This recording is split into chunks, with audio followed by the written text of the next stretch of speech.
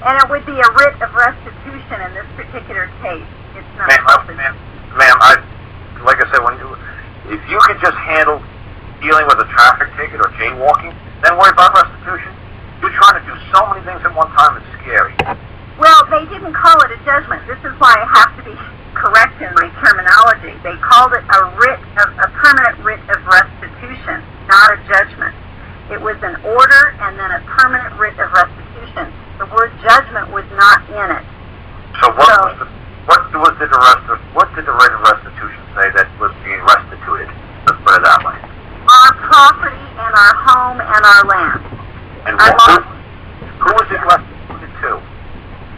To the Federal National Mortgage Association. Okay, Greg, you want to take any of that? A fictional organization, a company, whatever, cannot be harmed. It cannot be injured.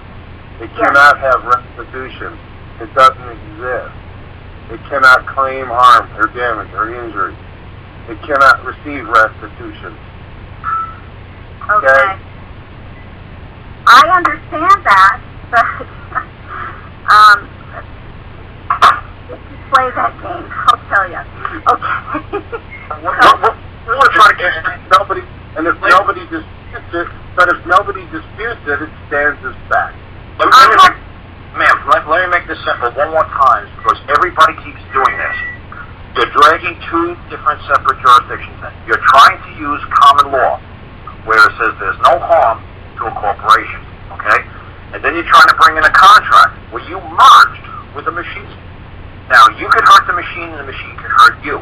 The machine could be compensated, you could be compensated. Coca-Cola could get compensation from Pepsi-Cola. No actual harm, injury was damage to an actual flesh and blood entity. You reduced yourself to a two-dimensional entity. So, you cause harm to Bank One? Absolutely. Can Bank One cause harm to you? Absolutely. So, do you want to move it over to the common law side? Sure. That's what I try to tell people. That's the trump card. Where you could say is like, look, I'm done. I'm done talking to you people. I'm done. I tried to settle this thing on a private side. I tried to settle this thing through the contract. I tried to settle this thing all together. Thank God, in this country, one of the only countries in the universe, that we have this capacity to say, you know what, hell with the fictional two-dimensional world. We could be in total dishonor to these people, to these creatures. We control it. We create it. We can manipulate these things. We're the masters of this two-dimensional world. Yes, we're the good, godly people that invested in Capital One, that invested in Greg's soda company. His mama and everybody in his community gave him the money to invest in this. Yes. Can somebody like me come along and order 10 million cases of soda from Greg? Yes. Can him and his mama and everybody put up the funds to produce these sodas? Yes. Can I basically screw him out of his soda? Yes. Absolutely. And I can walk away from it just by saying, please, Greg, forgive me of my debt. And in this country, Greg has to forgive me of my debt. He's got no choice. Even man has to forgive another man of his trespasses, and corporations have to as well. That's why what I'm trying to teach you folks is incredibly dangerous, because you folks are going to go out and just trespass like freaking crazy. You're going to be so dishonorable and just do everything you want to do nilly-willy, and don't think you ever, it's just say, oh no, I'm sorry, please forgive me of my debt, and I have to. That's this country. That's how it existed for the first 300 years. But people are greedy, selfish, and dishonorable. And when everybody's just going around and running around buying ski-mobiles and jet skis and Lamborghinis and everything with credit cards, and like, you know what, ha ha ha, I know how to get out of it. I'm going to pull the old trump card, please forgive me like that, and I'm going to keep everything. And I've known so many people who've gone through all kinds of bankruptcies, but beautiful homes, beautiful cars, beautiful everything, because they just know how to play the bankruptcy game. And they get to keep everything and pay pennies on the dollar for the next 3,000 years. And they think it's funny. And every 7 years they go bankruptcy again. So yes, can it be done? Sure.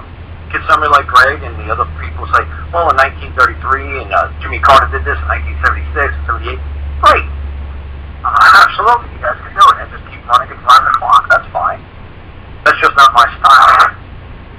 But does this country operate? Do you forgive me my trespass? Yeah. That is the way this country works. But the government understands that we're not pilgrims anymore. We're not good, righteous, decent people. We are gluttonous, we are greedy, and we are jealous, and we're petty, and we will do everything we can to try to get over on the other guy. We're not pilgrims anymore. Did the pilgrims' rules and laws fall off the books? Nope. Can I still use them and rely upon them? You betcha. But why would you want to tell a whole bunch of greedy people how to get over great Coca-Cola and hurt his mom or in corporations? Why would you want to do that? Because they're stockholders that are actually going to take a hit in the pants, just like all these little old ladies took a hit in the pants when General Motors went bankrupt. They put all their money and all their investments and retirement and pension plans in General Motors. And what did General Motors do? They went bankrupt one day. The next day they opened up again the business. They took all the machinery and they sold, like, they took Cadillac and brought it over to China. The Chinese bought up all the stocks on pennies on the dollar, and all the little old ladies wound up with nothing. So it was that nice thing that General Motors did? Absolutely not. You know, it's like I said, everybody's trying to get over on everybody. And that's just where this country's going right now. So this is a race to the bottom. Who's going to get over on everybody as fast as we can? And that's exactly what's going on. It's a race to the bottom. How we're going to disassemble the plants and factories. How we're just going to let these houses be abandoned to foreclosures and let the, you know, critters in the neighborhood take over abandoned houses. It's just a race to the bottom. You know, it's no big deal. You know, it'll all work out in the end. It'll all turn around somehow. We're going to have to go through some hard times, do some soul searching. It'll be all right, eventually. But right now, yeah, this is what's going on. We're this kind of people, and this is what's going on.